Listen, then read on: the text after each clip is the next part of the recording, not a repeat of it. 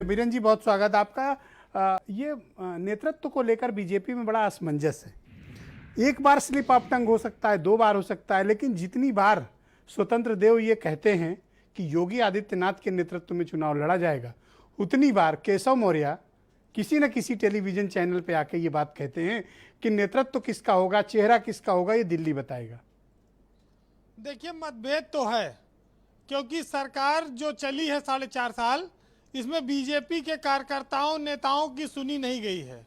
उन्होंने बड़ा दर्द झेला, पीड़ा झेली, और ख़ास तौर से जब ये कोरोना काल आया तो ना तो वो अपने परिजनों को ऑक्सीजन दिला पाए, ना बेड दिला पाए।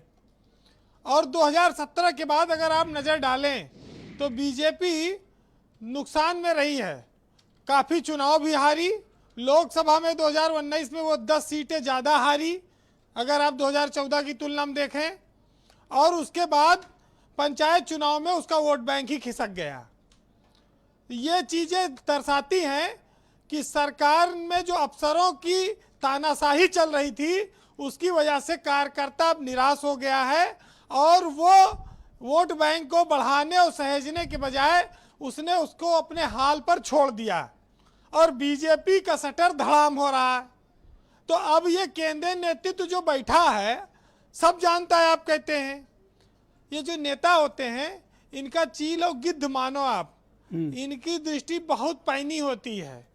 अब ये चोंच कब मारेंगे ये देखना है, क्योंकि लगाए तो हैं ये, और ये बार बार भेज रहे हैं।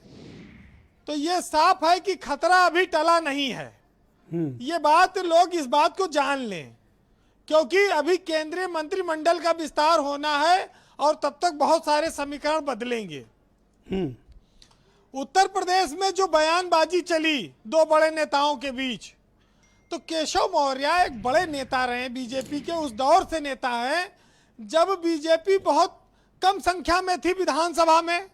जब वो प्रदेश अध्यक्ष बने तो पार्टी बम्पर जीती, और उसके बाद वो डिप्टी सीएम, उनका एक प्रोफाइल बड़ा है।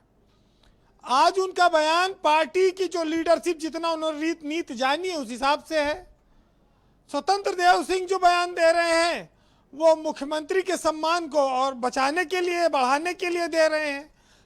वो अपनी दोनों जगह सही हो सके हैं, और दोनों को पसंद करने वाला अपना एक अलग वर्ग हो गया है बीजेपी में, और वो जानता है कि कौन सही बोल रहा है, कौन झूठ, ये सबको पता है। अच्छा, ये बात देखिए, हर आदमी मानेगा कि अब 6 महीना चुनाव का बचा है। ये रेवड़ी बांटना शुरू किए हैं। ये बताइए कि इस रेवड़ी से लोगों के घाव पर कितना मरहम लगेगा। ये लाल बत्ती जो बांट रहे हैं, 4.5 साल में मिला नहीं। उत्तर प्रदेश में बीजेपी के पास जमीन पे लड़ने के लिए सरकार की कौन कौन सी उपलब्धियां हैं, ये तो बताना पड़ेगा ना। अब पर कार्यकर्ता पदाधिकारी तो संतुष्ट होंगे, सांसद विधायक मंत्री तो संतुष्ट होंगे। कैसे संतुष्ट हो जाएंगे? वहां पर अलीगढ़ के इजलास में विधायक का कुर्ता फाड़ दिया गया, भूल गए आप? वहां पर बस्ती में ले जूता चल गया, दे जूता चल गया, वहां पर वो भूल गए लोग। मणिलाल पाटीदार जैसा एक आईपीएस अफसर हत्या कराकर पैसा वसूलता है, भ्रष्टाचार की पराकाष्ठा देखी नहीं आपने? तमाम सारे मामले ऐसे हैं उत्तर प्रदेश में, जो सरकार ये बतावे कि उसने कितने एक्सप्रेसवे बनवा दिए, उसने कितने लोगों को नौकरी दे दी, रोजगार दे दिया, कितने लोगों के उसने, महिलाओं को, बच्चों को स्कूल खोल दिए, कितनी बिल्डिंगें बनवा दी, अस्पताल खुलवा दिए। ये भी सब तो विकास में ही आता है ना, उपलब्धि में। अब इन सबको भी आप छोड़ दीजिए किनारे, गुटबाजी नहीं है तो ये बताइए, ये अपने गठबंधन के साथियों को क्यों नहीं बचा पाए, मना पाए? सरकार में थे, संगठन असहाय हो गया जब ओम प्रकाश राजभर छोड़कर गए। बेबस था, रोकना चाहता था, नहीं रोक पाया, देखता रहा सरकार की जिद के आगे। अनुप्रिया पटेल, संजय निषाद, ये तो सब दिल्ली में बता ही चुके हैं। तो वो जब कोई खुशी नहीं है तो ये कैसी सरकार चल रही है? तो बीजेपी के कार्यकर्ताओं की क्यों नहीं सुनी जा रही? क्या प्रॉब्लम है? सरकार उनकी उपेक्षा क्यों कर रही है?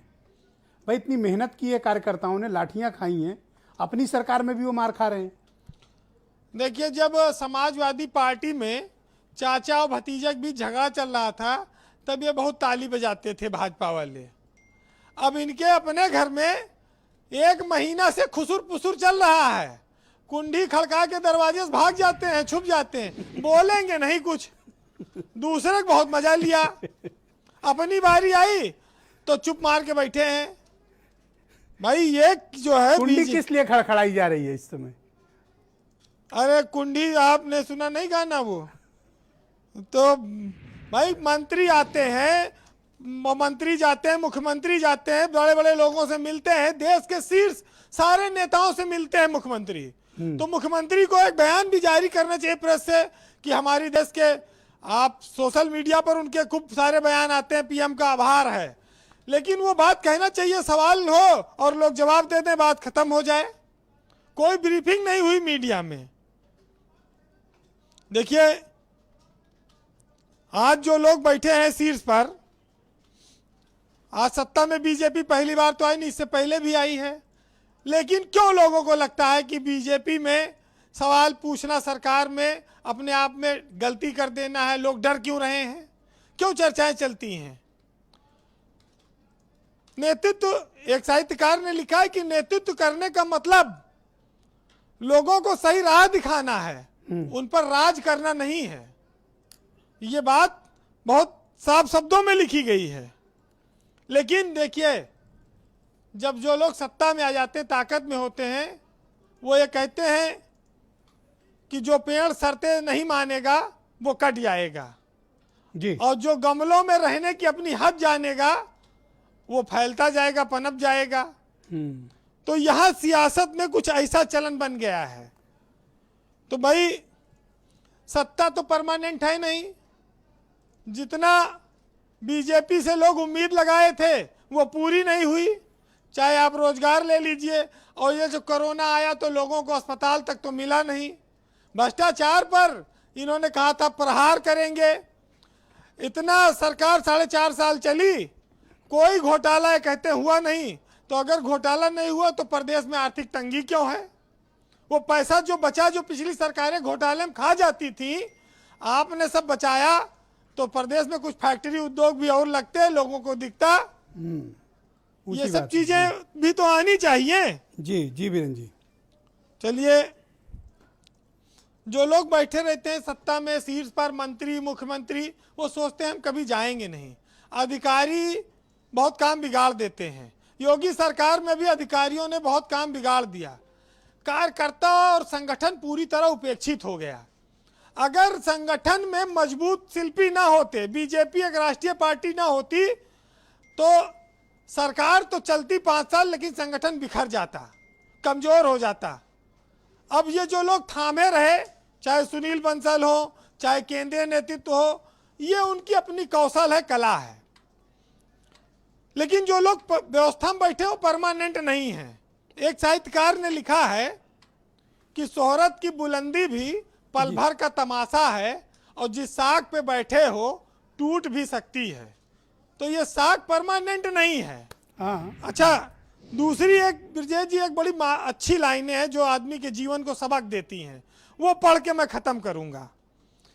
कि एक बंदे ने पूछा कि जिंदगी क्या है, तो दूसरे बंदे ने खूबसूरत जवाब दिया कि न सुख जिंदगी, न दुख जिंदगी, और न गम जिंदगी, न खुशी जिंदगी, बस अपने अपने कर्मों का हिसाब है जिंदगी। वाह, बेहतरीन। बहुत बहुत शुक्रिया बीरेन जी, आपने करारा जवाब दिया सुरेंद्र।